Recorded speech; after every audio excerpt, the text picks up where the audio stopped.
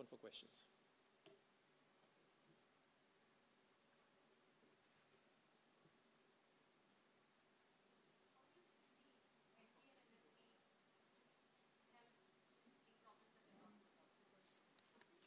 You mentioned about the problems which are like hardware-centric, your buffer size increasing and all that. That's the reason we are moving towards a completely software-driven architecture towards it.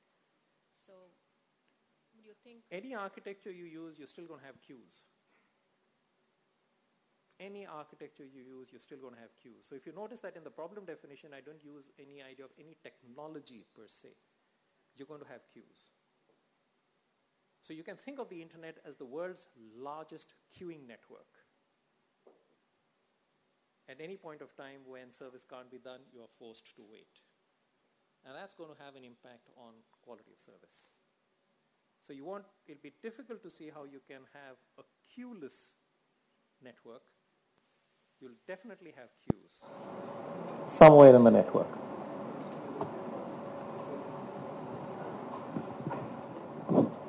Yeah, so question I have is, you put those innovation ideas, but they all, to my understanding, look like they need the need for algorithm which is distributed. It's not a centralized algorithm.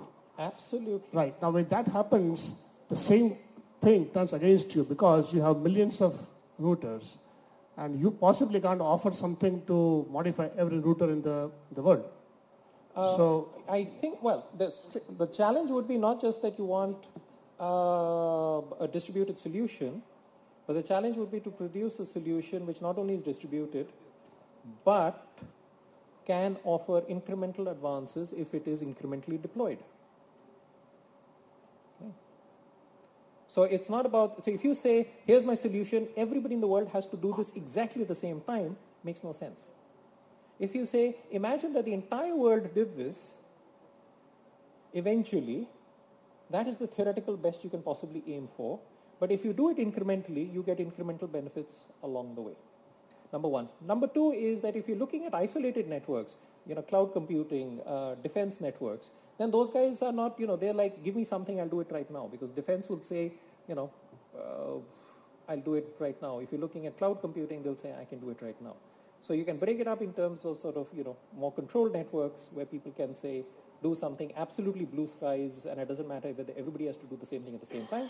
When you're looking at wide area networks, you're looking at the internet as a whole, then you have to offer solutions which can be incrementally deployed, are backward compatible, interoperable with respect to current architectures, but leading towards something which is a theoretical optimum, which we should get to.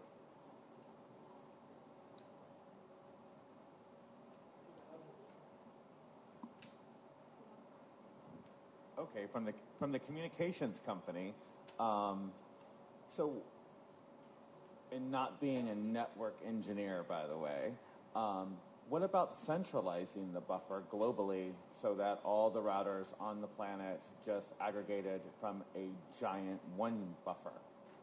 I mean, and then you had just some massive buffer out there that every single router just, flowed all of their traffic through and into, and basically that would allow you to kind of go with the ups and downs of demand traffic for certain routers that are not in play to high demand routers, and it would equalize the traffic, it would equalize the buffers globally, and that could be something that wouldn't be device centric. You could actually aggregate it and cloudify the entire buffer.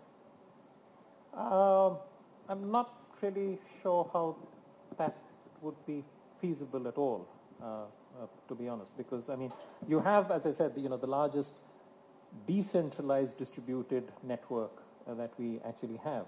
Now, what you might be talking about is a completely different architecture for how the internet runs itself, which is a completely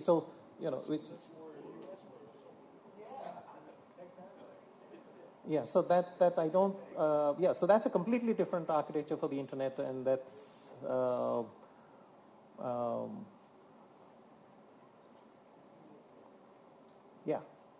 that would be a completely. So the thing, if you have one centralized router, for example, right, then, and let's assume, I mean, just think of a scenario, you put it right in the middle of the earth and it's, so 2,000 kilometers above the earth, for example, just use that. But then the people who are the furthest away from that router are going to have extra time delays because of propagation delay. So you're going to inherently induce unfairness. Oh, that's normal. So you're inherently going to induce, everybody will say, I want the router right above me because the physical propagation delay. I mean, imagine the finance industry, right? I mean, they are willing to pay millions of dollars to get 1 extra millisecond closer to the financial trade center. And now if you tell that guy, you're sitting in New York, no, please send your router, which is sitting right in the middle of Europe because that's the most central place to be. And when it comes back and hits your exchange, not going to work. And we totally agree because we have customers that pay us more money for dedicated traffic, dedicated networks, dedicated pipes between their businesses. And we're also looking at products for our own customers. So if you're a Netflix user, and we'll have a dedicated pipe into Netflix. So we can guarantee and eliminate all of those hops along the way to make your quality of service much more efficient, faster, and customers will pay for that. Absolutely. So the point I'm raising here is that different solutions out here could perhaps then be served to existing customers like Netflix, and there could be different solutions which could be useful for the general public, so to speak.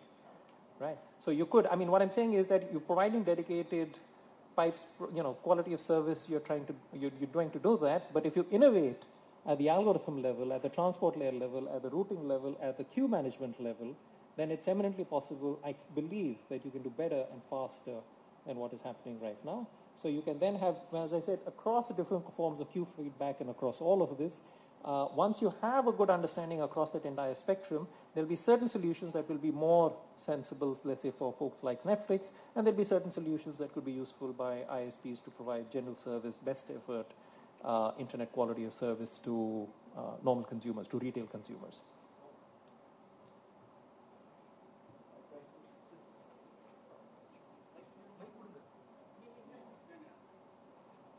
So this is actually a little alarming. Does that mean that the current streaming services are not sustainable in the current infrastructure, that the ability for the current infrastructure to support Netflix and all the global streaming services is not possible? Is it? I think the problem, I won't say not possible, but what it's alluding to is getting harder and harder and harder to provide fantastic quality of service. And at some point of time, it would be, my guess is, it could be alarming because then you'll hit fundamental limits on network capacity, which has an immediate trade-off with quality of service. Is it a matter of kind of readjusting your expectations in terms of quality of service?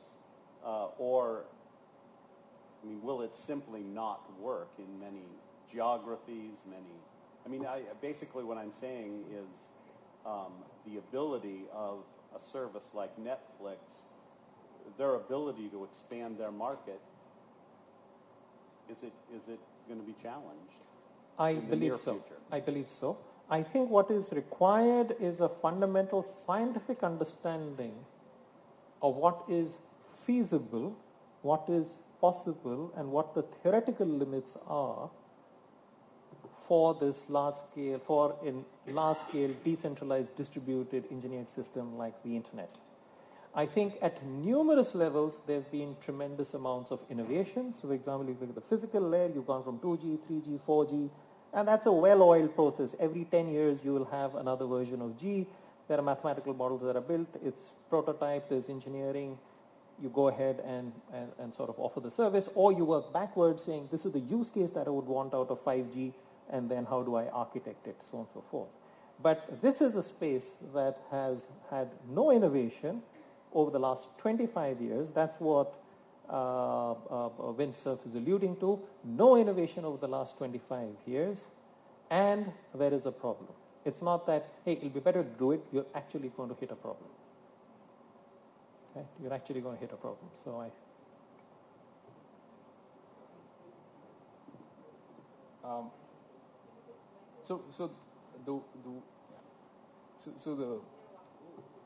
the buffer bloat problem, would it not be significantly impacting, let's say, communication that's more real time?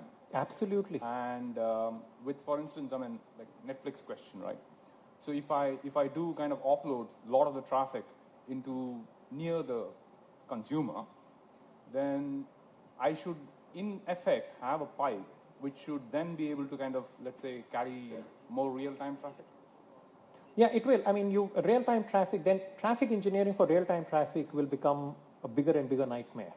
Yeah. Right? And so not only just in terms of entertainment, but if you wanted real-time robotics, if you wanted real-time robotic surgery to happen, I mean, can you actually even trust the network? You can't, can you even trust the network? So I think the use case that is increasing is sort of, let's say, entertainment services, or for example, you might have gaming services. Yeah. So essentially, So I think given the fact that you have a problem, I think more and more people are really building all kinds of hacks around it. Yeah. Right. And that's what's also led to the folks like Akamai doing Exactly. building entire business out of it. Exactly. And what Windsurf is saying, yeah, you'll get to a point where that will hit a bottleneck, and you'll really struggle. And so why doesn't the scientific community, why doesn't the technology community actually try and play a fundamental role here? And I think if you do that, I think there is space for tremendous innovation. I really think there's space for tremendous innovation, because if you were able to architect buffers to be really, really small, your memory management goes for a 6. You don't have to worry about it at all. The cost really comes down. The power consumption comes down. Right? It's a completely radically different way of sort of looking at it. And cost and complexity is something that Cisco has kept with it for the last 25 years to keep everybody at bay. And guess what? The person who was the chief technology officer of Cisco, right, straight after Windsurf wrote his paper, he wrote another paper saying, yep, I agree, it's all completely stuffed, we need to change this. Because he's no longer the CTO of Cisco. So he's like, yeah, that time was fine. So yeah, I mean, the person who was the CTO of Cisco in the 90s and early 2000s, very influential in numerous ways, has, wrote a subsequent article to this saying, yep, they think that this is the networking challenge to solve. The networking challenge to solve, because everything else seems to be, 4G, 5G, that, 10 years from now, 12 years from now, you'll have something which looks like 6G. We don't know what it is yet, but, that's a reasonably well-oiled machine. Sorry, I mean, so how does optical networking kind of change this? I mean, so does optical networking kind of change, because obviously the speed and, True, except that you'll have to go with really small buffers. So optical routers can do with small buffers. The question then is, fine, so then you're making a technological shift, great, but with that technological shift, you should have a sense of what the buffers ought to be there. So optical doesn't have big routers, big buffers. So then is it the case that we are saying, the way to do this is that we should transition to optical as quickly as possible, because electronics just simply can't work at this. So then you're looking at innovation at that scale. Again, you'll have issues of queue management, then you'll have transport protocols and so on and so forth. So it's a fascinating question, it's a real fascinating question sitting at the heart of, it's almost as fundamental as TCP/IP. Almost as fundamental as TCP/IP, because it affects, I haven't talked about any technology. Then you can talk about either from a use case point of view or from a technology point of view. My claim is there's tremendous amount of scientific work that also still has to be done to really just understand what are the limits. Last two questions. So just continuing on the last theme. Sure. What about edge computing? Is that solving this problem, or is it also a hack? Not really. I mean, you're basically abstract. You've got queues in a system. You've got queues in a larger network. How big should they be? So let me give another example. You got into a transportation network, right? And you're stuck in a traffic jam, and your queue at your traffic light is enormous. Your car doesn't get thrown out, right? You're still allowed to sort of go through the system. In a communication network, your packet will be thrown out. So what he's really alluding is saying, don't get constrained either by particular use cases. Don't think of particular solutions which might offer some help, over the next 5, 6, 7 years or so. Think of this as a large-scale network, and imagine that at the edges of that network, you've got TCP running, and right through the middle of the network, you've got routers and switches. And let's not worry so much about the fact that the last mile might be wired or wireless, right? Or what the wired networks may compose of in terms of the technology that they actually use.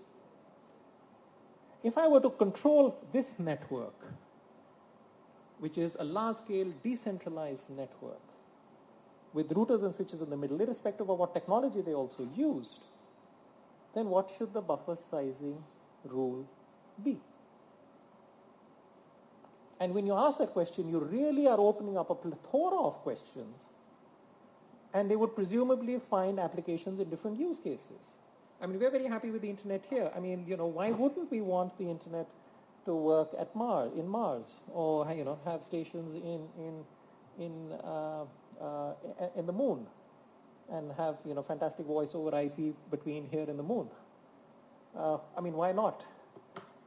Why can't we offer Netflix to people who go to the moon?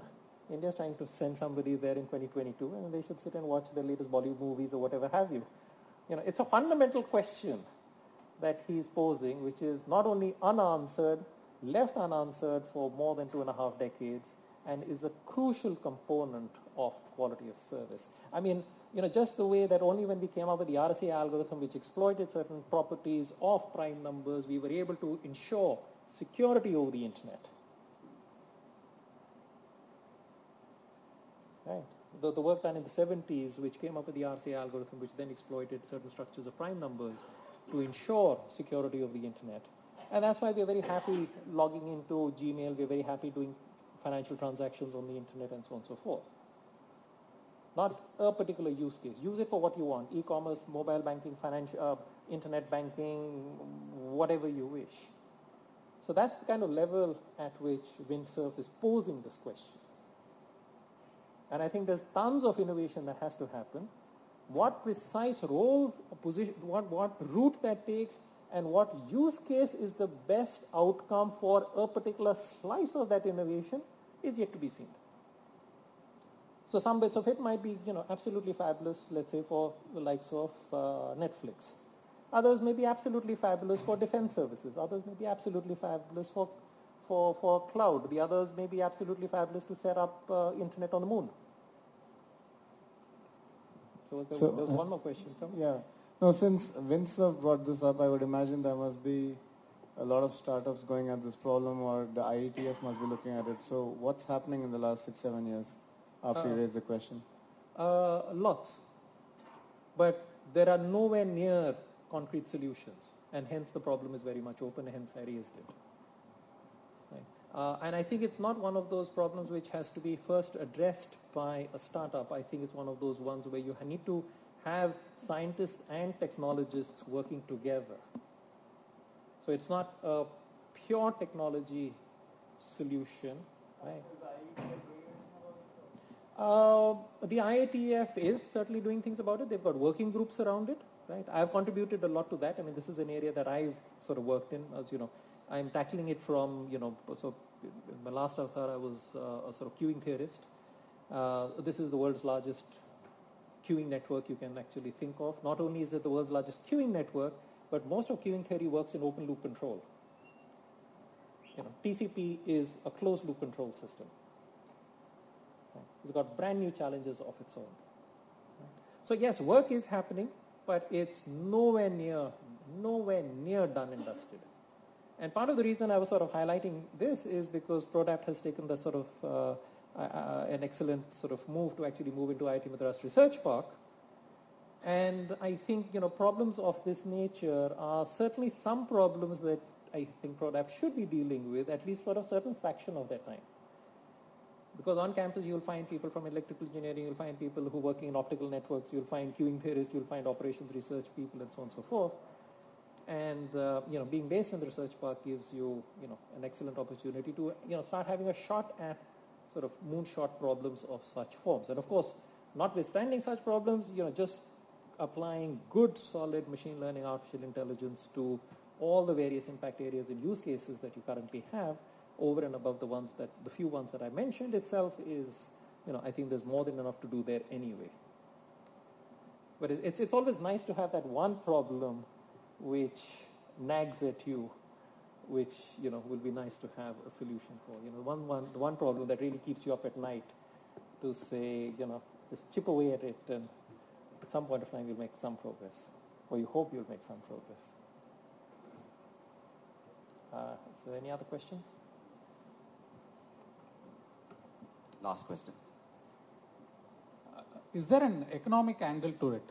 Like, if you think about it, it's like a set of fixed resources. I mean, just like any other resources on Earth, and people who have the means are able to afford it. People who don't have the means are not able to afford it. Are we moving to a world where that could happen to the internet as well? And especially with this net neutrality and all those things coming into play as well, right? So, well, if you look at the internet as an economic, as something to have or not have, the cost of the device, the quality of the device is going up. The cost of the device is crashing down. Right? Partly economies of scale, partly business models. If you look at certainly in terms of connectivity, that is going up because there is seen by governments the internet at a certain level of abstraction. Right? Then one of the most expensive pieces of infrastructure there is routers and switches. Yeah. So maybe I don't kind of pay for it, somebody else is paying for it. It's innovative business models which is allowing me to get 4G connectivity at dirt cheap prices with a mobile phone which is a smartphone at dirt cheap prices. But that could even reduce much more if the cost of routers and switches absolutely. I mean, so the net neutrality